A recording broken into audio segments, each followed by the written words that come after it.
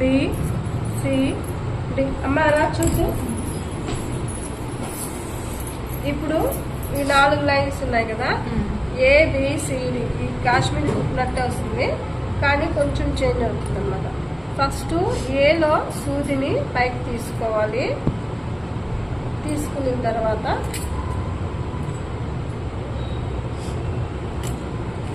B వదిలేసి C, B వదిలేసి C, C నుంచి బికి క్రాస్గా ఇలా రావాలా. దీని కింద ఇది ఉండాల. ఓకేనా? ఇప్పుడు ఎక్కడ ఉంది దారము? సూది బిలో ఉంది. సి వదిలేసి డి, సికి అంటే బిలో ఎక్కడైతే ఉంది సేమ్ దాన్ని నేరుగానే ఉండాల. నేరుగా సి వదిలేసి డి, డి నుంచి క్రాస్ గా సి. ఓకేనా? ఇప్పుడు ఎక్కడుంది? సిలో.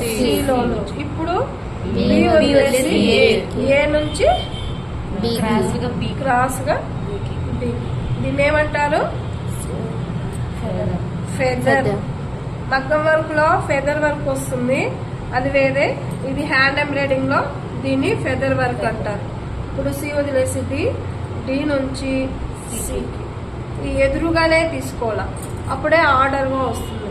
ఇలా కుట్టుకుంటూ పోతే దీన్ని ఫెదర్ వర్క్ అంటారు. ఫెదర్ అంటే ఏంటి?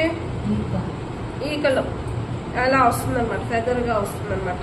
చుడిదార్స్ కి ఇలా, నెక్కులకి ఇలా ఇది కుట్టుకోవచ్చు.